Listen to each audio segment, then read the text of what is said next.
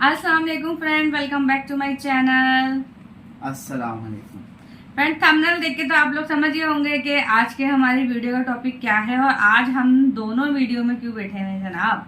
हमेशा तो आपको वीडियो में अक्सर मैं ही नजर आती हूँ, पर आज मेरे हस्बैंड भी मेरे साथ हैं। तो क्यों है जनाब, आज हम आपके साथ शेयर करेंगे जनाब कि हमारी जो थी लव मैरिज है या अरेंज मैरिज है। आज हम आपके साथ सब डिटेल शेयर करेंगे कि अगर लव मैरिज है तो हम कहाँ मिले, कैसे मिले, किस तरह मिले, तो सब आपके साथ हम वीडियो में शेयर करेंगे। वीडियो आपको पसंद आए तो आपने वीडियो को लाइक करना है, शेयर करना है। और फ्रेंड, ज़्यादा आपको आवाज़ मेरी मिलेगी क्योंकि आपको पता है मेरे हस्बैंड बहुत कम बोलते हैं, वो इतना ज़्यादा बोलना पसंद नहीं करते क्योंकि इनके हिस्से का सारा मैं जो बोल लेती हूँ, है ना। मुझे ज़्यादा सुनना पसंद है, बोलना पसंद नहीं। अच्छा, आपको बेगम की आवाज़ सुनना अच्छा लगता है? बस थोड़ी बहुत, ज़्यादा नहीं। चल भाई, ये भी ठीक है, थोड़ी बहुत बीवी की आवाज़ सुनना अच्छा लगता है, ज़्यादा नहीं। तो चलें जनाब, शुरुआत करते हैं। कहाँ से करें इसमें? तो हम आपको बताते हैं जनाब, हमारी अरेंज मैरिज नहीं है, हमारी लव मैरिज है। और हम कहाँ मिले थे, कैसे मिले थे, तो आपके साथ सब वीडियो में हम शेयर करेंगे। तो हमारी लव मैरिज थी और मुझे तो बिल्कुल भी यकीन नहीं था, हम दोनों में कुछ सेम नहीं है, सब कुछ डिफरेंट था। मैं तो सोच भी नहीं सकती थी कि मेरी इनसे शादी होगी। आप सोचते थे? मैंने तो सोचा नहीं था, लेकिन इरादा किया था। आपने इस पे अमल भी कर लिया है, इरादे को पूरा करा भी आपने। अमल इसलिए कर लिया कि ये मेरी आदत है, अगर मुझे कोई चीज़ पसंद आ जाए तो मैं उसको हासिल करके रहता हूँ। वाह वाह वाह। हमारा दूर दूर तक कहीं कनेक्शन नहीं था और ना ही मैंने कभी सोचा था कि मेरी इनसे शादी होगी। बट इन्होंने मुझे कहाँ देखा और हम में कुछ भी सेम भी नहीं था। फर्स्ट ऑफ ऑल तो आ जाती है हमारी कास्ट, ठीक है। हमारी कास्ट बिल्कुल अलग थी। मैं उर्दू स्पीकिंग हूँ और मेरे हस्बैंड पंजाबी हैं। जनाब ये रहते थे पेशावर में, मैं रहती हूँ कराची में। तो आप खुद सोचें, बंदा कैसे सोच सकता है कि यार मेरी पेशावर में किसी से शादी होगी। मैं तो कभी पेशावर जिंदगी में भी नहीं देखा था।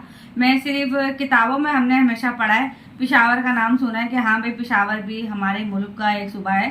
तो बस इस तरह हमें पता था, बाकी कभी ना हमारा कोई रिश्तेदार रहता है पेशावर में, ना पिंडी, ना इस्लामाबाद में, और ना मैं कभी गई हूँ खुद पेशावर। तो जनाब हुआ कुछ इस तरह, मेरी जो फ्रेंड है मेरे पड़ोस में रहती थी, वो मेरी फ्रेंड है, वो इनकी कज़न है। अब हस्बैंड आप बताएं कि आपने मुझे कहाँ देखा था फर्स्ट टाइम और कैसे देखा था?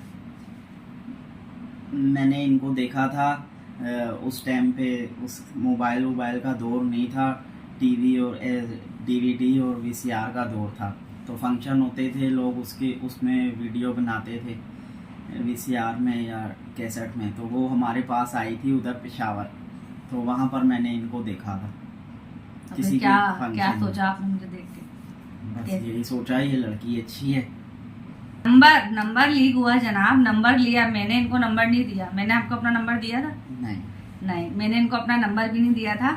हुआ फ्रेंड एक्चुअली ये था, मेरी जो इनकी जो कज़न है, जैसा कि मैंने बताया, वो मेरी पड़ोसन है और हम बचपन से अच्छे दोस्त हैं, बचपन के ही दोस्त हैं वो और मैं ना।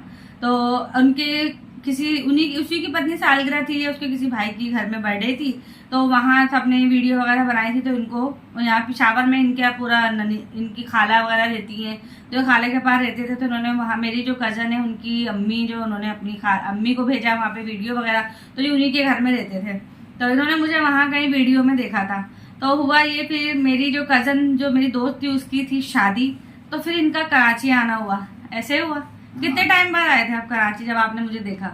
मैं तकरीबन 1.5-2 साल बाद आया था। जब आपने मुझे देखा था? हाँ। जब से आपको मैं याद थी, 1.5-2 साल आपने देश में रखा हुआ था। इन्होंने देखे मुझे 1.5-2 साल पहले वीडियो में देखा था, और फिर जब ये यहाँ आए कराची, मेरी कज़न जो इनकी जो कज़न है मेरी दोस्त थी, उसकी शादी थी, उसमें आए थे। तो जनाब फिर इन्होंने उससे मेरा नंबर लिया और मुझे नहीं पता था, ना उसने मुझे बताया कि इन्होंने मेरा नंबर लिया है। एक दफ़ा क्या हुआ जनाब, शाम का टाइम था, मैं टीवी देख रही थी, तो मेरा मोबाइल चार्ज पे लगा हुआ था। तो अचानक से एक अननोन नंबर से मुझे कॉल आती है। तो मेरी आदत थी, मैं कॉल अननोन उठाती थी, लेकिन मैं बोलती नहीं थी जब तक से सामने वाला ना बोले, ना जिसने कॉल की वो ना बोले, मैं नहीं बोलती थी। और ऐसा ही हुआ, मैंने कॉल उठाई और बस आप बोले थे? नहीं बोला था? नहीं, मैं भी नहीं बोला था। अच्छा, मैंने भी नहीं बोला, मुझे तो याद ही नहीं। बहरहाल ना मैंने कॉल उठाई तो ये भी कुछ नहीं बोल रहा आगे से, और मैं भी नहीं बोल रही। मैंने कहा कोई अननोन होगा, मैंने काट के रख दिया मोबाइल। अब इत्तेफाक से मेरी वो जो फ्रेंड है वो हम लोग सब बैठे हुए थे, ये बाहर थे, फिर मेरे मोबाइल पे उसी टाइम पे कॉल आई। तो मेरी जो वो थी ना फ्रेंड, वो साथ बैठी हुई थी जिसने इनको नंबर दिया था। इत्तेफाक से कॉल आई, मेरे पास मोबाइल था, मैं उसको यही बोली यार पता नहीं कौन था, नहीं कौन है ये, मुझे इतनी कॉलें कर रहा है, मैं आगे से यस करती तो कोई कुछ बोलता भी नहीं है। तो वो नंबर कह रही मुझे दिखाओ जरा, मैंने उसका मोबाइल दिखाया तो वो देख के हंसने लगी। अब मैं बोली तो हंस रही क्यों है? फिर उसने मुझे बताया, देख बुरा नहीं मानना कि मेरे से मेरे कजन ने ना नंबर लिया तुम्हारा। तो मुझे उस टाइम तो काफी बुरा लगा। मैंने बोला क्यों दिया भाई तुमने नंबर? यही नहीं, ऐसा वैसे नहीं है, बड़े अच्छे हैं, बड़ी तारीफें करती थी आपकी कजन आपकी। बस इस तरह फ्रेंड हमारा नंबर एक दूसरे के पास गया, ठीक है। और बस मैंने बहरहाल इनको कभी एक नियत से नजर से नहीं देखा था, ना मैंने कभी सोचा था कि मेरी इनसे शादी होगी। मैंने तो जब देखा था तो मैंने तो सोचा था कि शादी कर लूं, शादी करनी। सॉरी फ्रेंड, लाइट चली गई थी तो हमने वीडियो स्टॉप कर दी थी थोड़ी देर, तो अब हम फिर से आ चुके हैं। आपको पता तो चल गया फ्रेंड कि हम कैसे मिले और किस तरह हमारा नंबर एक दूसरे के पास गया। बस जनाब इसी तरह फिर मुझे पता चला कि चलो कजन भी हम लोग बहुत कम बात होती थी, ज्यादा नहीं होती थी, कभी कभार हमारी बात हो जाती थी मैसेज पर। तो बस हमारी इस तरह बहुत कम बात होती रही, फिर आहिस्ता आहिस्ता बातें चलती रही, फिर मुझसे अपनी हर एक बात शेयर करते थे।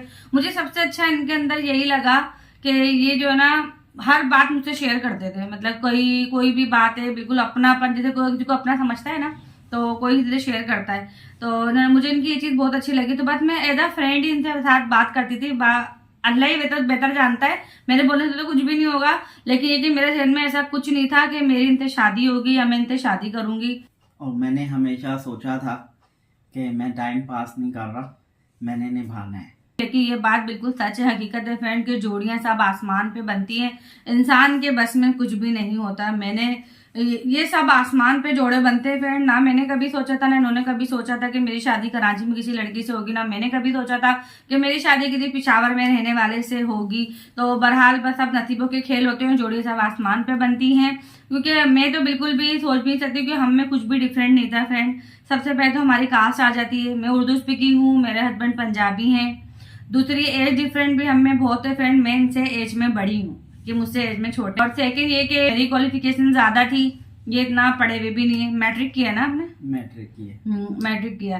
देखिए हर माँ बाप ना अपनी बेटी की शादी के लिए यही सोचते हैं कि पढ़ा लिखा लड़का हो, अच्छी जॉब हो, अच्छा काम हो, और इनके पास कोई जॉब भी नहीं थी अच्छी उस टाइम। तो बहुत हमें प्रॉब्लम हुई, हमारी बातें होती रही, फिर थोड़ी बात होती, फिर ज्यादा होती, इस तरह होते होते पता ही चला फ्रेंड के कब जो ना दोस्ती प्यार में बदल गई हमारी।